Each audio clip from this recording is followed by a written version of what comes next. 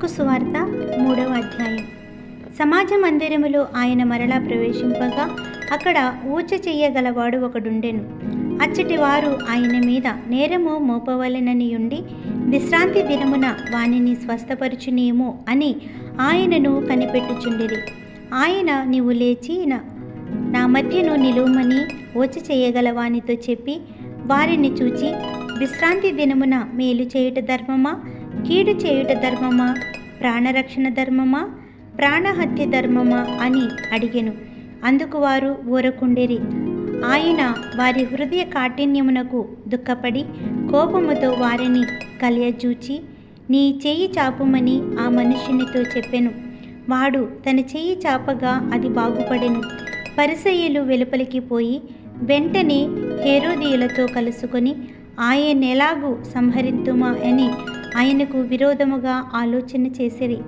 యేసు తన శిష్యులతో కూడా సముద్రము నొద్దకు వెళ్ళగా గలిలయ నుండి వచ్చిన గొప్ప జనసమూహము ఆయనను వెంబడించెను.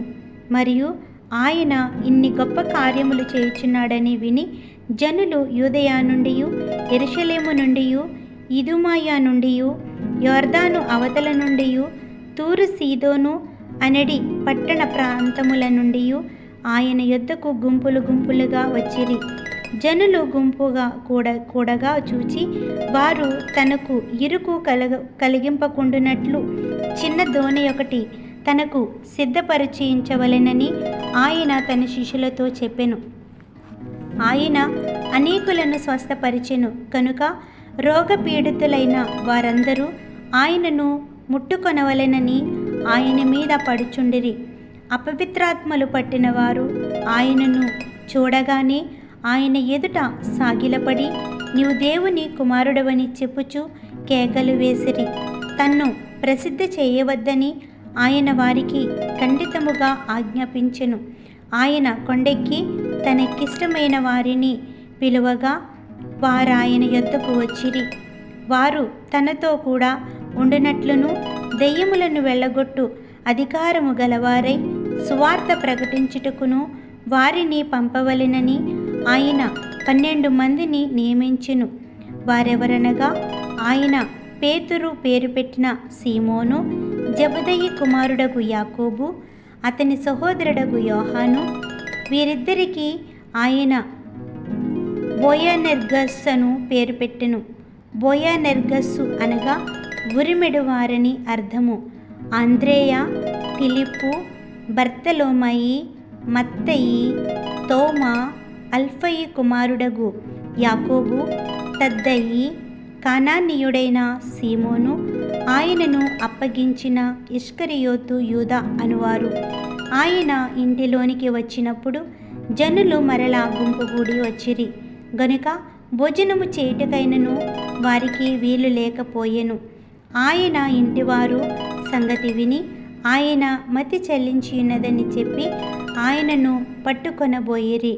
యెరూషలేము నుండి వచ్చిన శాస్త్రులు ఇతడు బయల్జెబూలు పట్టినవాడై దెయ్యముల అధిపతి చేత దెయ్యములను వెళ్ళగొట్టుచున్నాడని చెప్పిరి.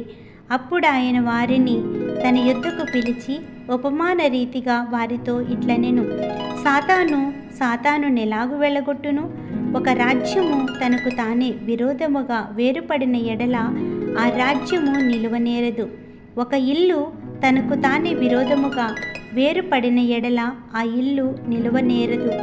సాతాను తనకు తానే విరోధముగా లేచి వేరుపడిన ఎడల వాడు నిలువలేక కడతేరును.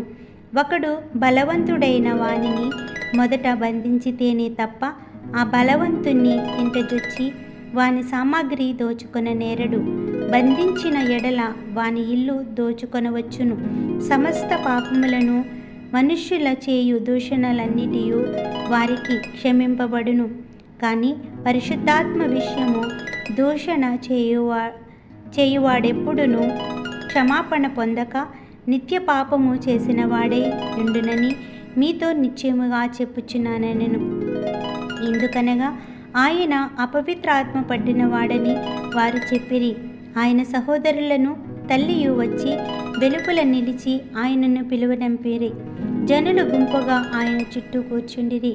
వారు, ఇదిగో నీ తల్లియు నీ సహోదరులు వెలుపల ఉండి నీ కోసరము వెదుకుచున్నారని ఆయనతో చెప్పగా, ఆయన, నా తల్లి నా సహోదరులు ఎవరని తన చుట్టూ కూర్చున్న వారిని కలియచూచి, ఇదిగో నా తల్లియు నా సహోదరులను, దేవుని చిత్తము చొప్పున జరిగించువాడే నా సహోదరుడును సహోదరియు తల్లియు నని చెప్పెను.